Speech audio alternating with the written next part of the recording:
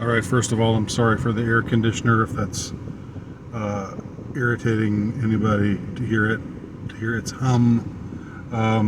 I'm not as stoic as I would like to be at my age, and the Savannah heat is relentless. So, AC is a must. Sorry, not sorry. I wanted to just talk a little, maybe ramble a little. Maybe I shouldn't be focusing on myself, because my rambles tend to be more fruitful when I'm not looking at myself. My rambling videos tend to be a little more directional when I'm not forced to look at my own lovely visage, and when you're not forced to look at it either.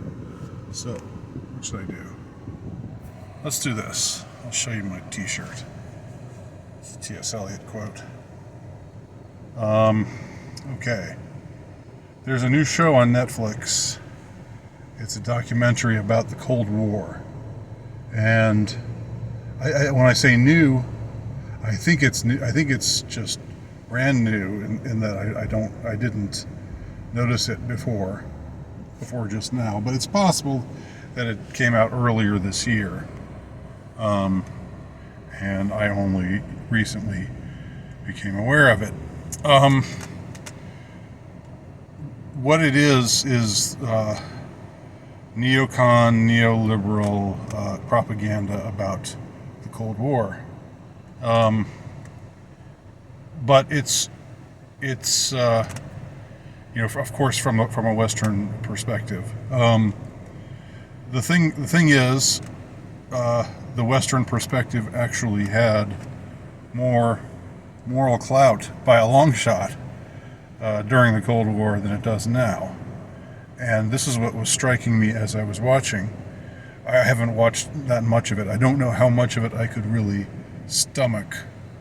But I've watched a little bit of a couple of episodes which concerned the end of the Cold War, the fall of the Berlin Wall, the rising of groups like Solidarity in Poland, and other Soviet satellites demanding independence and so forth.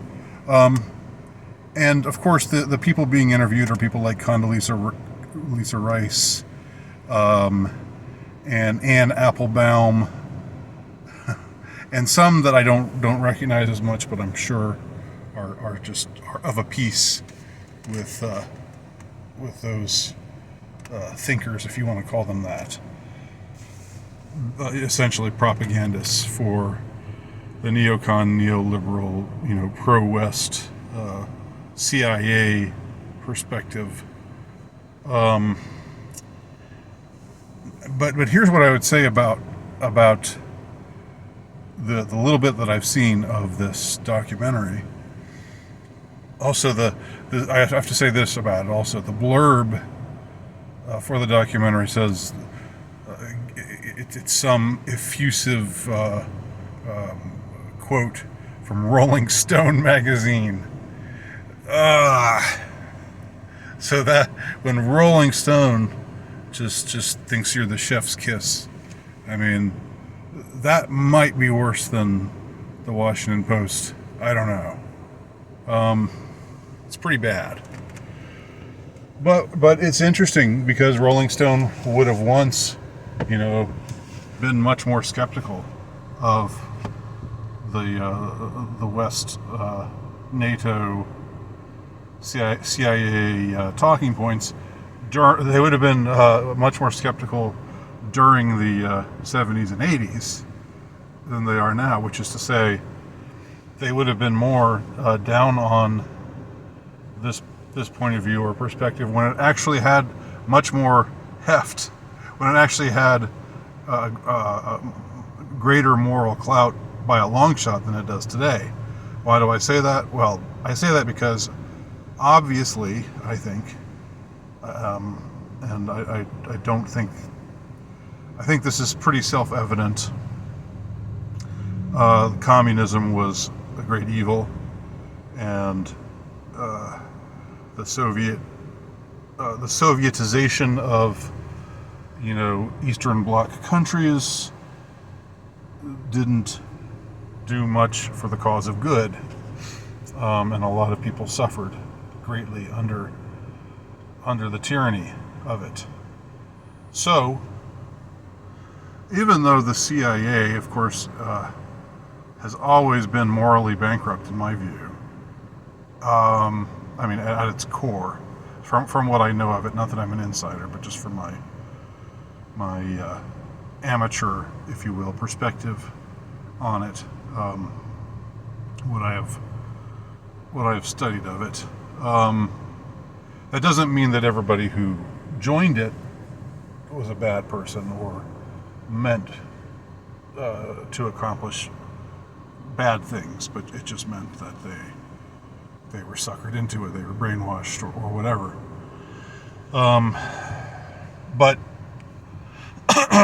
But in any case, I think during the time that's profiled here, it's a time where America and the West in general, because the West in general, from the 20th century onward, from really definitely from World War II onward, the West has been controlled by the United States, for better or for worse.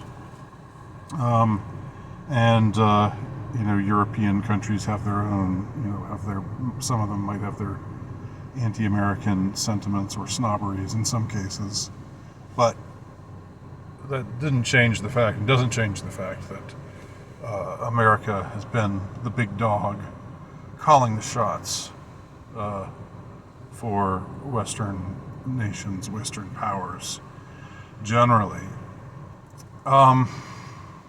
During the Cold War, I of course, one can say that even if the CIA was morally bankrupt, even if they were awful,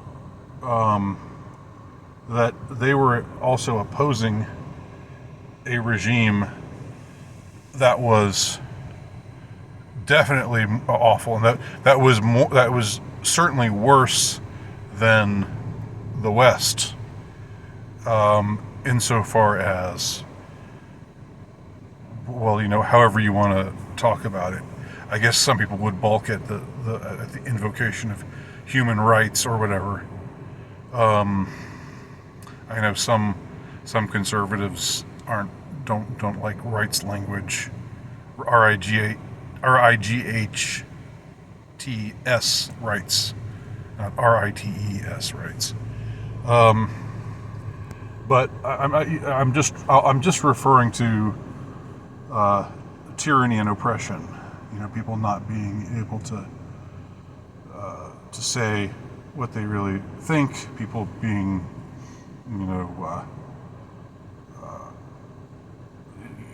with great frequency in some cases. In many cases, during the Stalinist years, this kind of thing happening en masse.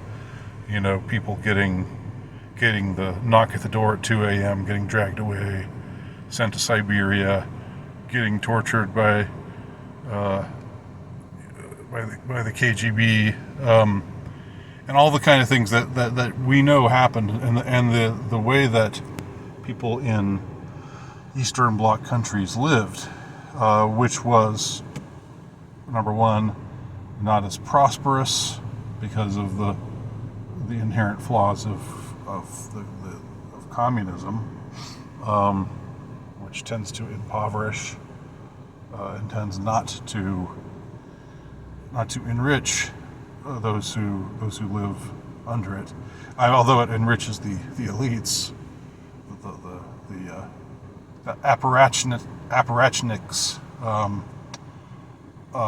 Generally speaking, it keeps the population in more or less poverty. But more importantly than that,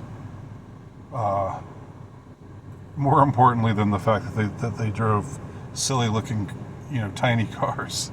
Some of the footage of these Eastern Bloc countries, you see the kind of cars that they drove. I mean, and it's just they look like bumper cars. I don't know.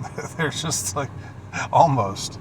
And I'm not laughing at them or ridiculing them. I'm just saying the difference between the kind of cars that they drove and their living conditions. Even if we were take all the political oppression away, it was significant. But of course, what was worse than them living in poverty was the fact that they were living under tyranny. So, when the CIA and NATO and other Western forces did their thing, conducted their, in many cases, their dirty dealings, assassinations, rigged elections, what have you. The various sometimes unspeakable things that they did. One could at least put it in the perspective of, well, that wasn't good. That wasn't too good. This is a ruthless, oligopoly, a ruling class of the West that doesn't deserve, that never was elected, whether you believe in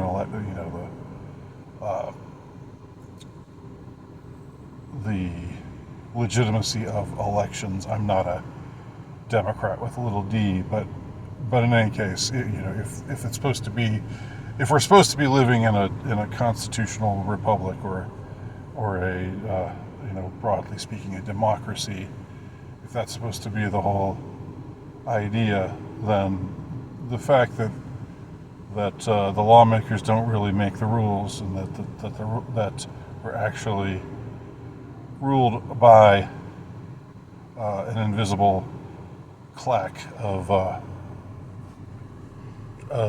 ruthless and tyrannical people who make up the quote unquote, what's now called the quote unquote deep state. That's a problem. That's certainly a problem. But it can be put in, during the Cold War, it could be put in the context of, well, regardless of how bad they were endeavoring to overthrow an evil and tyrannical regime that was the Soviet Union and the vassal states of the Soviet Union living under communism. The thing about this documentary, of course, and this is about as predictable as one would imagine, even though it's gotten to be a little dated. I don't know. This was made in 2024, but it's stuffed full of Ukraine references, and the viewer is asked to see the Kiev regime in a relentlessly positive light, and to think that what Russia is doing with what they call their special operation in eastern Ukraine, attempting to annex these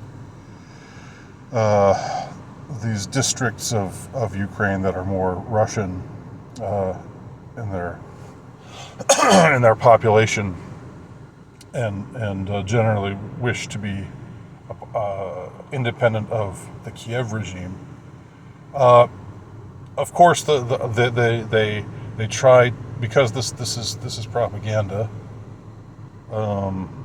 This documentary, the makers of this documentary, do their best to try to tie what the USSR did during the Cold War years to what the Putin regime is doing today. They try to do that as much as possible, and it's a clever clever ruse. You could say you could give him a tip of a hat for this effort on their part, because a lot of people have memories of the 80s, positive memories of politicians like Reagan or Margaret Thatcher. I know Thatcher was controversial in Great Britain, but I'm speaking of her, stance against communism, hardline stance against communism, and also Pope John Paul II, who became this pivotal figure in the Cold War, as the documentary shows. He was the first ever Polish Pope, and that was that could be seen as providential, or it could be seen as something that was that the magisterium or the cardinals did on purpose, because the idea of having a pope who was Polish and who had this kind of moral authority or credibility within his homeland, which had been annexed by the Soviets, but which was also strongly Catholic, even though the state apparatus was atheistic and communist. One could see how that was a master stroke on behalf of the Western powers of the time, because Pope John Paul II was able to do things that no previous popes had been able to do in Poland. He went there, drew huge crowds, and got people all excited about this solidarity movement, which he backed, which was an independence movement, an anti-Soviet independence movement. And the Soviets, must have been fuming because they couldn't do anything about this. Like, he's the Pope. He's this. Maybe they even tried to assassinate him. I don't know. I haven't looked that much into the assassination attempt on Pope John Paul II in 1981. But given these circumstances, one could see how they might want him out of the way. But on the other hand, if it were ever exposed that they had taken out the Pope, if they kept trying to assassinate him, and say they eventually did, that might have started World War III. I mean, that would have made that would have been terrible PR for the Soviet Union, which in the Gorbachev years was concerned with PR again, for whatever reason. It was really a fascinating time, and I lived through this time period, but I was a wee one for much of it. I was a teenager, really, in the 80s, for much of the 80s. Most of the 80s, starting in 1984 when I turned 13. So, I wasn't seeing it with the eyes of an accomplished scholar or anything, but it was just the news. It was just in the news. The fall of the Soviet Union. At the time it seemed like, wow, this when it was finally accomplished. And give the documentary credit, they do show a lot of interesting stuff that leads up to this this moment, this extraordinary historical moment, or historic moment, I should say. Everything that happens in history is historical, and people make that mistake a lot, but historic means an important moment in history. So the fall of the Berlin Wall, the end of the Soviet Empire, and all that. At the time, it did seem like what Francis Fukuyama called the end of history. And in the 90s, there was a lot of there was a tendency to be triumphal about it, because the thought was, evil has been vanquished. These countries now are independent. Communism has fallen. Freedom has won over tyranny. But again, as I have claimed before, and I'm sticking to this claim, I believe that the end of the Cold War changed something significant, and I believe it introduced a demon into the West. Whether that demon was a literal demon, as I represent it in the piece that I wrote called Havoc, or whether, if you want to think of it as more of a mind virus or whatever. I'm not going to be particular, and I'm not going to be hung up on exactly what you call it, but it's nevertheless absolutely true that there was no political correctness or SJW-ness, or what's today called wokeness. Those are all different ways of describing the same phenomenon. It did not exist in any significant way before 1990. And I find it just very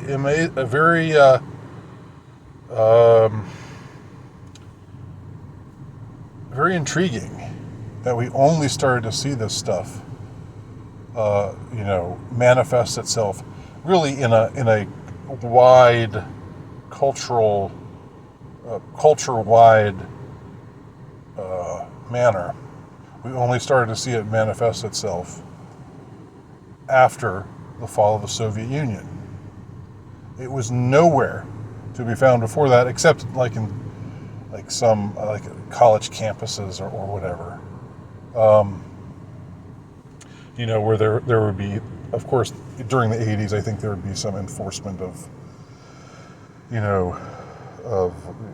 perspectives, but it didn't really leave the collegiate environment, and I don't think it had nearly solidified in the collegiate environment. I think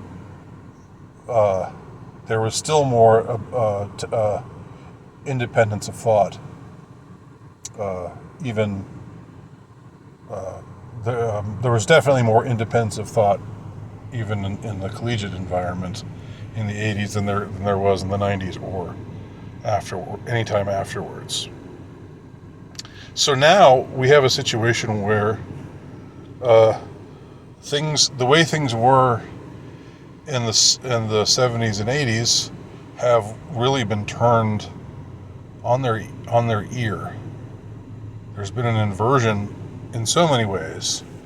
But one of them is it's the West that's now increasingly godless. And it's a country like Russia, which is still reviled, still hated by these same neoliberal types.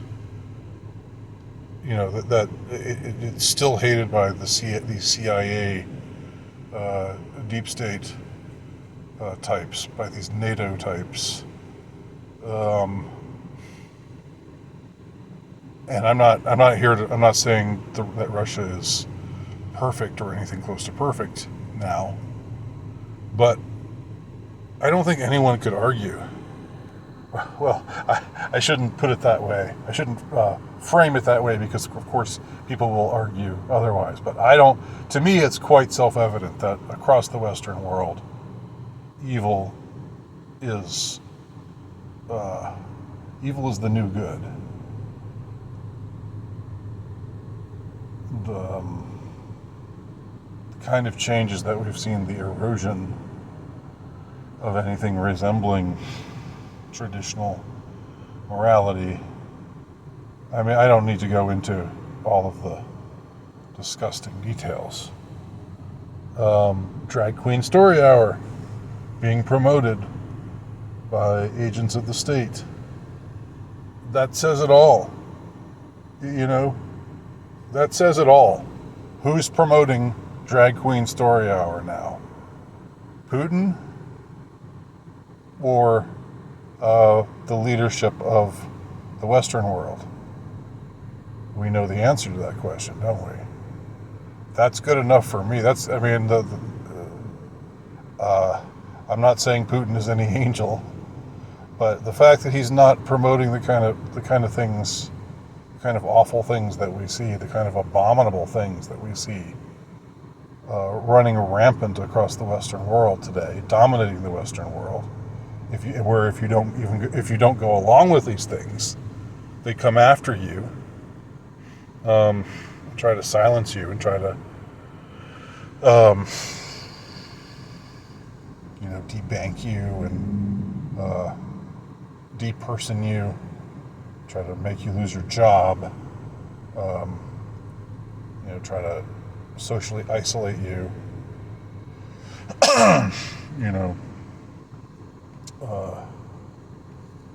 to use social credit schemes to make you into a pariah or an outcast.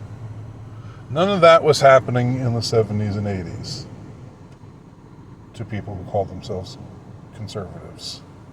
There was no demonization of those who objected to mass immigration as quote-unquote far right, or really anybody who objects to any of the insane things that the political establishment of the West is promoting these days gets smeared as quote-unquote far right today. That didn't happen in the 80s during the Cold War. And there was no whisper of it ever of it happening. This, as I've said before, this movement all arose after the Cold War was over. And it's only, if we wanted to use a disease metaphor, it's only metastasized since then. The demon has only strengthened since then. But this Netflix documentary, and of course the Netflix documentary is going to promote the establishment line, and it's going to have it's going to feature interviews with all of these various people who are in line with the party line, whether they're Republicans like Condoleezza Rice or Democrats like Ann Applebaum. It amounts to the same thing. It's a uniparty. This has often been mentioned. So, I would say that this documentary might be worth watching if you're interested in seeing how propaganda is made, because it actually contains quite a bit of truth. Here, I'll go back to my face because I'm almost done talking here. It actually, contains a lot of truth, and evil will use truth for its own ends if it can. It'll twist it, it'll show you the truth, but then tell you a lie from that truth. Like they'll show you the terrible things that the Soviet system was doing in the Cold War era, and then say, and then say, or maybe not directly say, but basically not so subtly ask you to make a connection between what the Russian state is doing today, and the idea is to make the viewer, including people who are older, like boomer types or whatever, who remember people like Reagan and Pope John Paul II with fondness, and they might even be faithful Catholics. Seeing this documentary makes them forget, or the aim is to make you forget all of the filth that has immersed the Western world, suffocating filth that's overtaken the Western world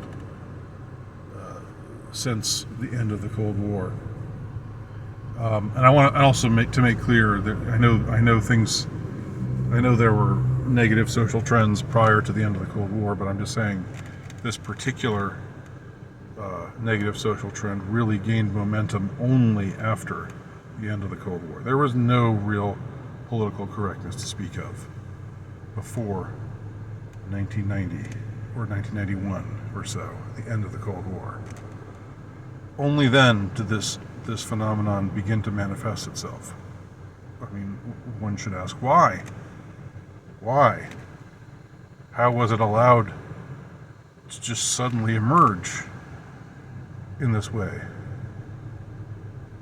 So, and I have my own ideas about that, and I'll provide a link to anybody who's interested in my ideas, but take them with a grain of salt. I'm not a geopolitical scholar, obviously. I don't have a degree in